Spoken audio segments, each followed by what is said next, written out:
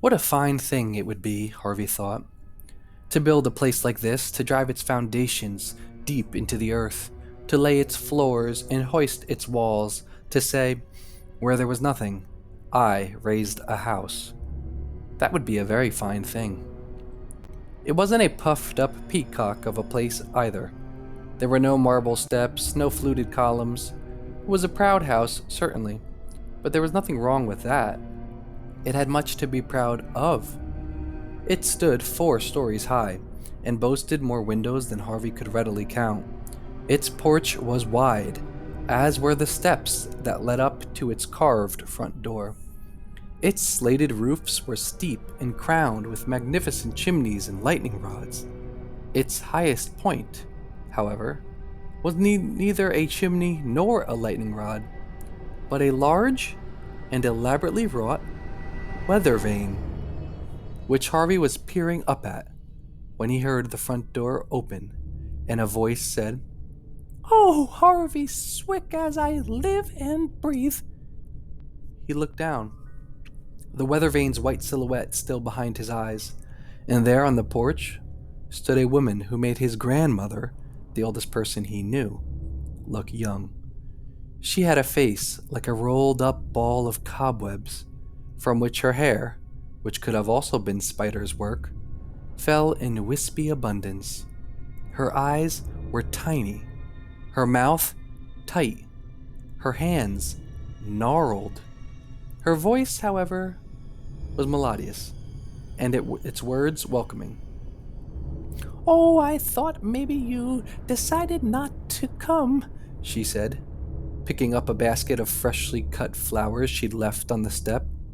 "Which would have been a pity. Come on in. There's food on the table. You must be famished." "Oh, I can't stay long," Harvey said. "Oh, you must do whatever you wish," came the reply. "I'm Mrs. Griffin, by the way." "Yes, Rictus mentioned you." "Oh, I hope he didn't bend your ear too much, dearie. He loves the sound of his own voice, that and his reflection."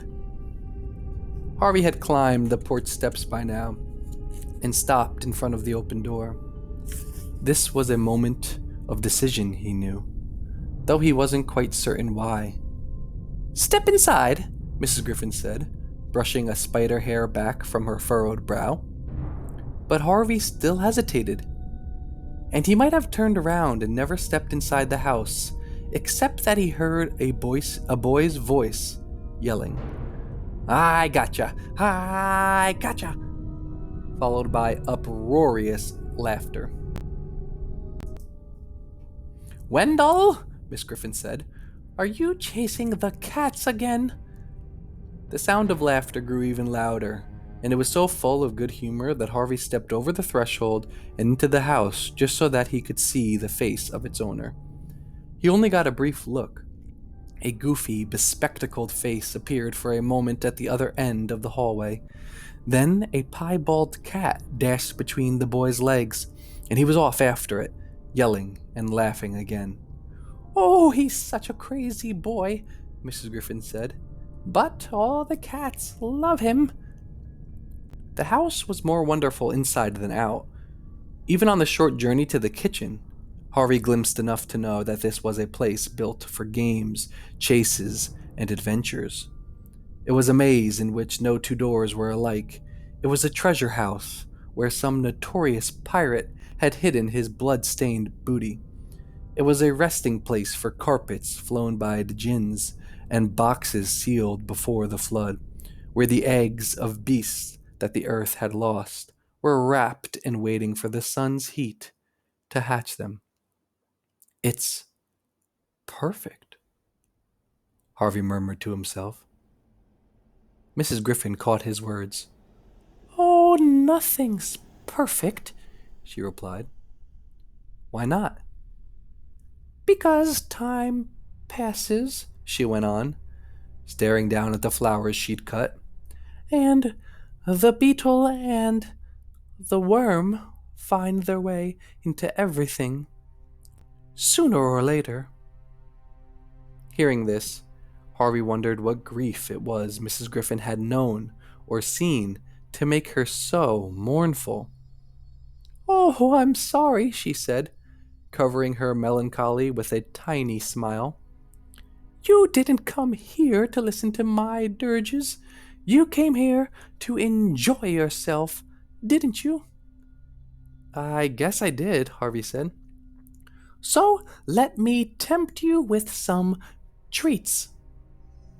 Harvey sat himself down at the kitchen table, and within 60 seconds, Mrs. Griffin had set a dozen plates of food in front of him: hamburgers, hot dogs and fried chicken, mounds of buttered potatoes, apples, cherry and mud pies, ice cream and whipped cream, grapes, tangerines, and a plate of fruits he couldn't even name.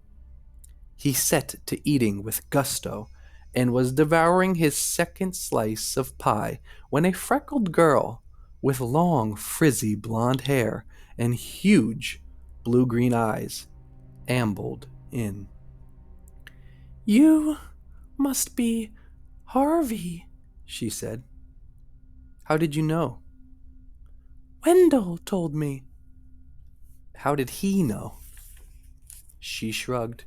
"He just heard. I'm Lulu, by the way." "Oh, did you just arrive?" "No. I've been here for ages.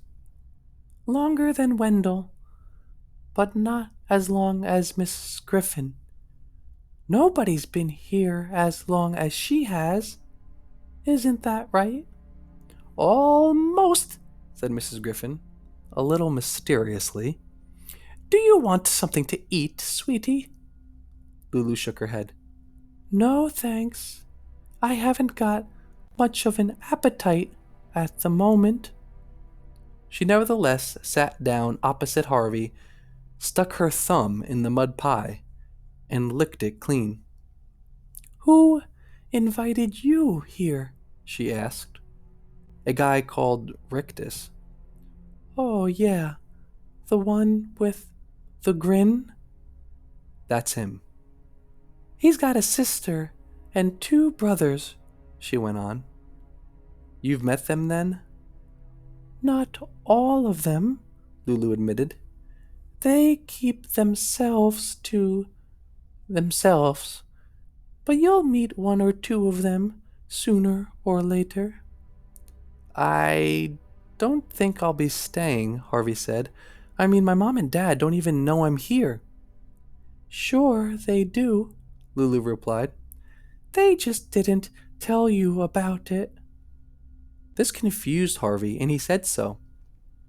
"Well, call your mom and dad," Lulu suggested. "Ask 'em." "Can I do that?" he wondered. "Oh, of course you can, dear," Mrs. Griffin replied. "The phone's in the hallway."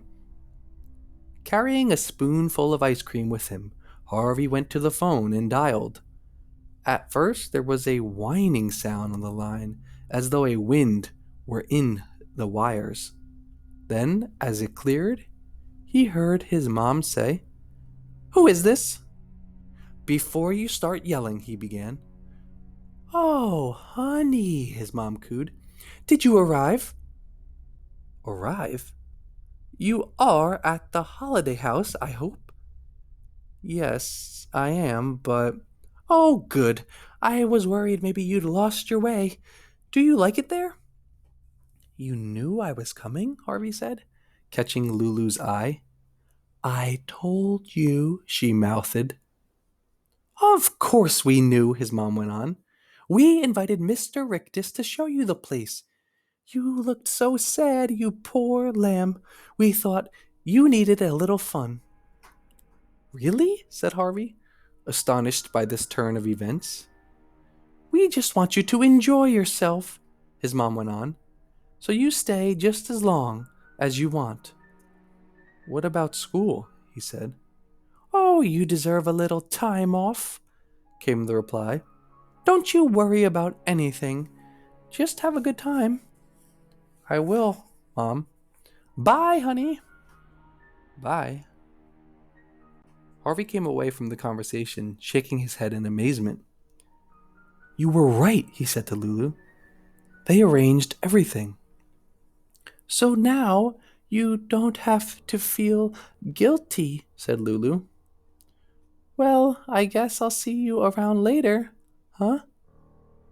And with that, she ambled away. If you're finished eating, Mrs. Griffin said, I'll show you to your room. I'd like that. She duly led Harvey up the stairs. At the landing, basking on the sun-drenched windowsill, was a cat with fur the color of the cloudless sky. Oh, that's Blue Cat, Mrs. Griffin said. You saw Stew Cat playing with Wendell. I don't know where Clue Cat is, but he'll find you. He likes new guests. Do you have a lot of people coming here? Only children. Very special children like you and Lulu and Wendell. Mr. Hood won't have just anybody. Who's Mr. Hood? The man who built the holiday house, Mrs. Griffin replied. Will I meet him too? Mrs. Griffin looked discomfited by the question. Maybe, she said, her gaze averted, but he's a very private man.